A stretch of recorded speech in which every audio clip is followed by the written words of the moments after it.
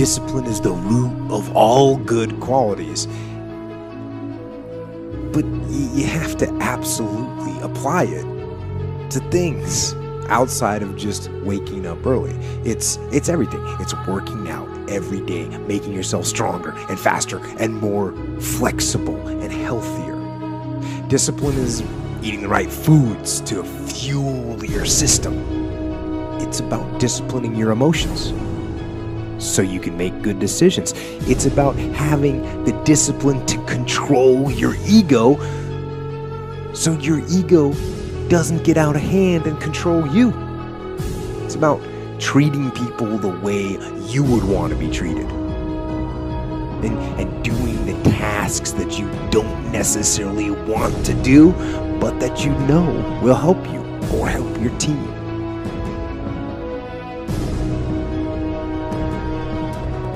The Marines have a saying, everybody wants to go to heaven, but nobody wants to die.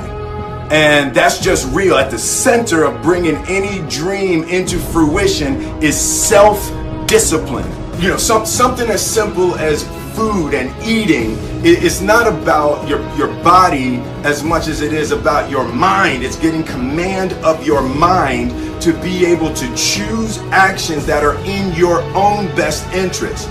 Every day we are choosing shit that's not in our own best interest, right? So if the world is attacking you and the world wants to fight you and the world's trying to hold you down, so you're gonna kick yourself in the balls?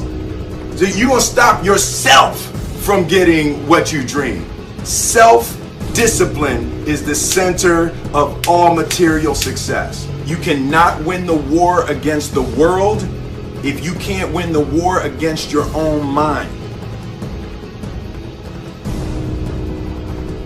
Well, I think the one thing that discipline definitely does help you with is it helps you get things done. And when you get things done, when you actually do things, you have more success. If you have more success, and sometimes a big part of success is just not being lazy and just doing it. That's like 90% of it is just showing up. Get there and start working. Like, you're not gonna feel perfect every day. If I only worked out when I felt good, I'd be a fat, because there's a lot of days I don't want to do it. It's pretty much the same with everybody that actually gets good at something. There's got to be those days you push through, and they're probably going to be more numerous than the days you don't. And so the benefit of discipline in my eyes has always been that through discipline I get things done. Facing your fears. It takes discipline to face your fears so you can conquer them. And that's what discipline is. Discipline means taking the hard road, the uphill road, to do what's right for yourself and for other people. It's so often the easy path that calls to us to be weak for that moment, to break down for that moment, to give in to the desire and the short-term gratification. But the discipline will not allow that. The discipline calls for strength and fortitude and will. It won't accept weakness. It won't tolerate another breakdown. 99% of people that say stuff are not willing to do what it takes to make their dreams come true. Self-discipline is the center of all material success.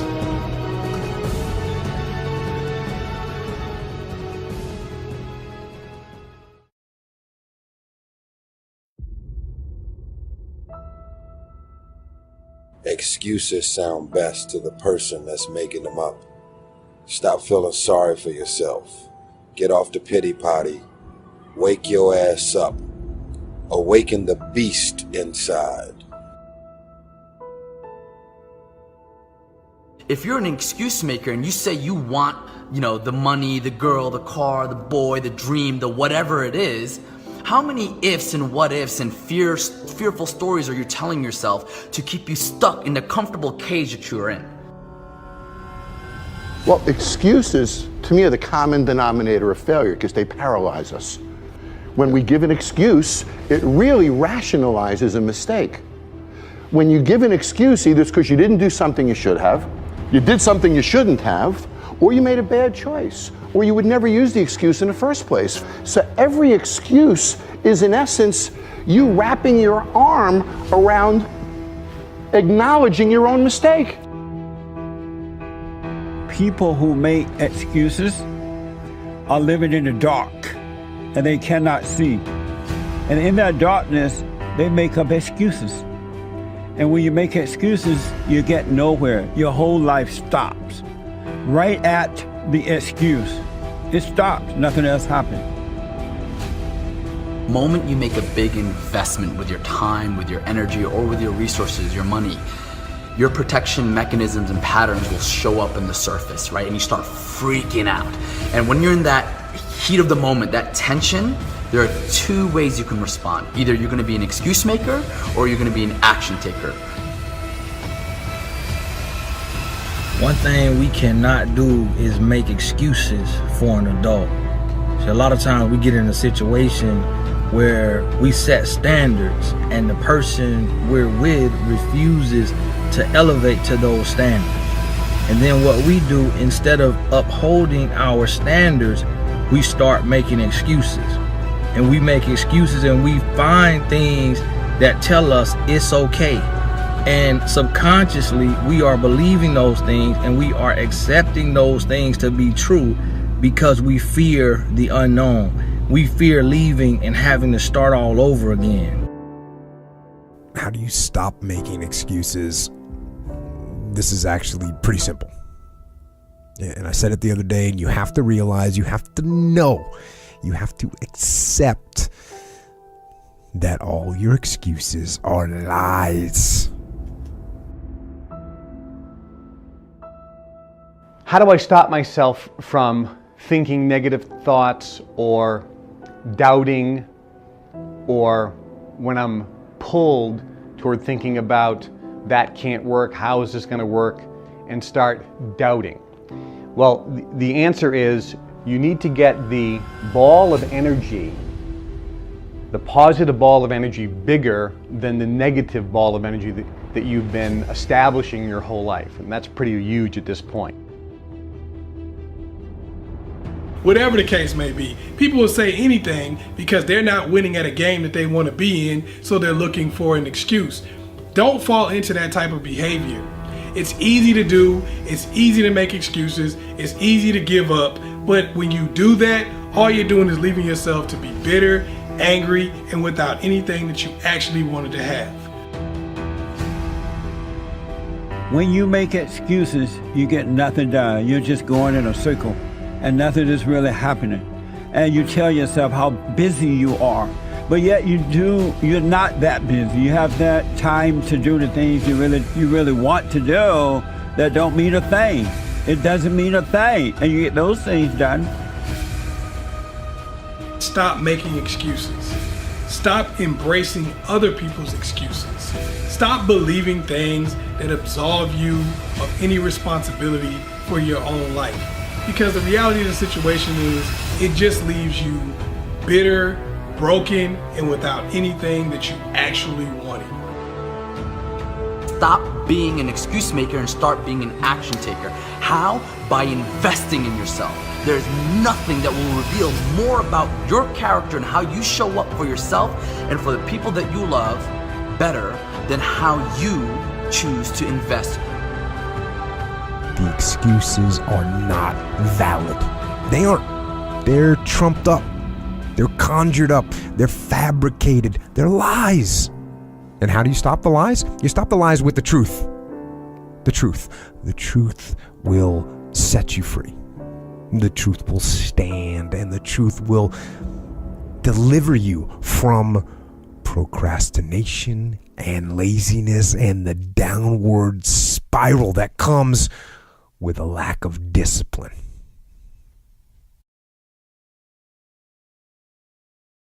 Lack of focus, a lack of the ability to concentrate is one of the best ways to waste a lot of the time you dedicate to studying.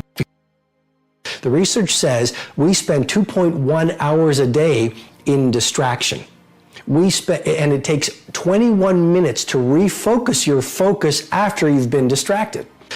Your environment is so important. And if you look at B performers or C producers, they really don't pay a lot of attention to their environment. And so they get very distracted. There's lots of noises, their phones are going off, maybe there's news in the background, maybe there's messy environments all around them, maybe there's toxic people.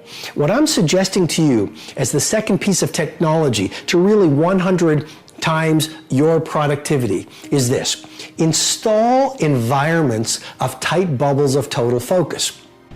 So if you are being distracted by notifications, checking your phone, checking your Twitter feed, checking your Facebook feed, looking on Instagram, checking all the different platforms, that is going to destroy your focus. Stop procrastinating. Focus on your goals. When you focus on what you want, what you don't want automatically leaves your life. Don't focus on eliminating anything. Focus on creating what you want.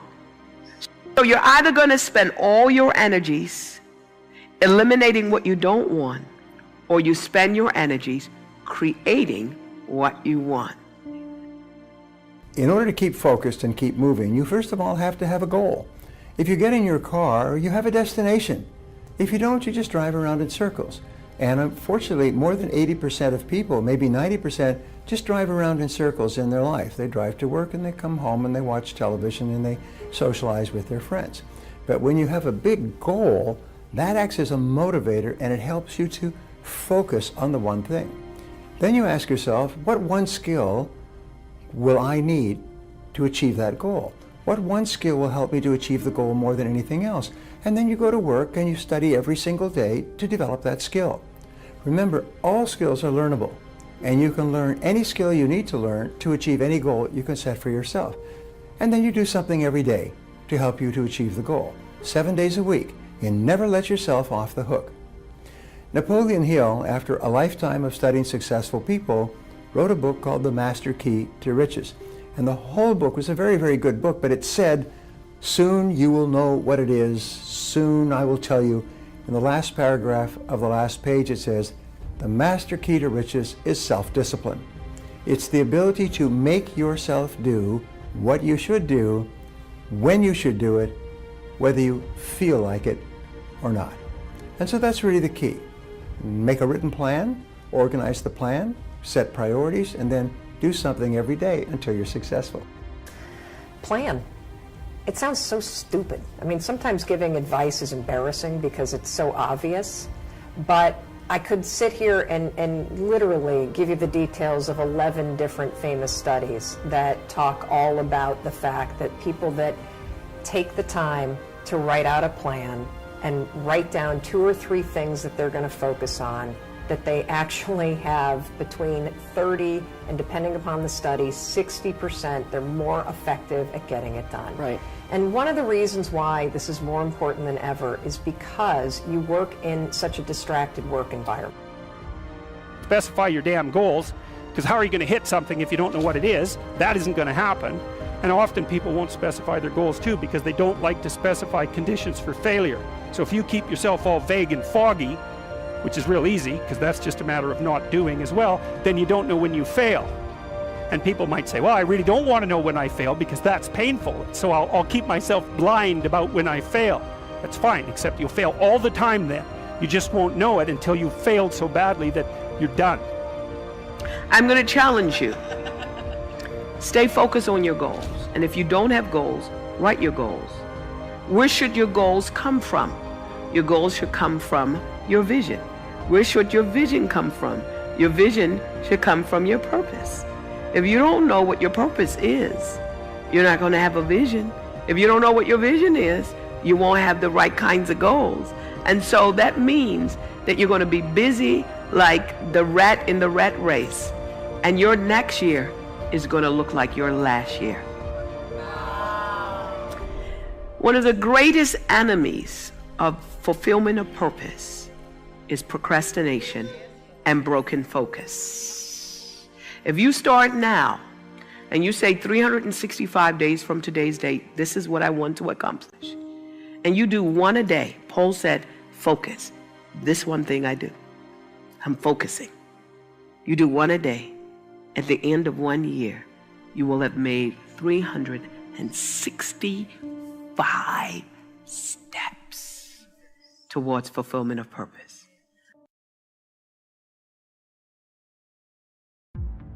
What you want to be tomorrow, you've got to do today. I've never met a person who was not successful that didn't have a great amount of self-discipline within their life. Self-discipline and being able to perform and being able to keep your life on schedule and being able to keep commitments and promises and meet deadlines is essential to success. Well, I think the one thing that discipline definitely does help you with is it helps you get things done. And when you get things done, when you actually do things, you have more success. I have freedom because I have discipline. I have financial freedom because I have financial discipline. I have more time. I have more time because I have the discipline to get up in the morning, before most normal people get up. And I think normally when we talk about the word discipline, we usually probably think about eating and exercise. And those are important areas, but discipline affects every single solitary area of our lives. We have to discipline our mouths, we have to discipline our thoughts, we have to discipline what we do with our money, we have to discipline ourselves concerning entertainment. Every area of our life requires discipline and self-control. Now, I often tell people too, fix the things you repeat every day, because people tend to think of those as trivial, right? You get up, you brush your teeth, you have your breakfast, you have your routines that you go through every day. Well, those probably constitute 50% of your life. And people think, well, they're mundane, I don't need to pay attention to them. It's like, no, that's exactly wrong. The things you do every day, those are the most important things you do. Hands down. All you have to do is do the arithmetic. In areas of choice, you need to work on your weaknesses. For example, let's say I'm lazy. That's an area of choice. I'm not naturally lazy, I'm just lazy. It's a choice. So I need to work on that because in areas of choices, you can make vast improvement and you can make fast improvement. So I think, for example, a person can maybe increase their giftedness skill set maybe 2 numbers. Wow. So if I'm a little bit above average, I'm a 6. If I really work hard, I can become an 8. But an 8 is powerful. Yeah. 8 has a huge return. So what I tell people is in areas of giftedness, that's where you have to work on your strengths. If I'm a 2 in something, I'm very weak in a skill. If I worked hard, I could only become a 4. I'd still be below average. So what I tell people is, you got to ask yourself, is it going to give me the return? So in the area of strengths, you got to pour yourself into the things that you're already good at because that'll really set you apart from average. Yeah. But in areas of choices, go for those weaknesses because don't you know people that are highly skilled but they have a lousy attitude or they're not self-disciplined and they're never going to get anywhere, and they're not going to get anywhere because they didn't. So in areas of choices, work on your weaknesses, but in areas of strengths and skills, just work on your strengths. See, that's what it's all about. It's about being committed inside of here. Not when the lights are on, not when the crowd is cheering, but what do we do when no one's watching? That's a lifestyle. That's not an event.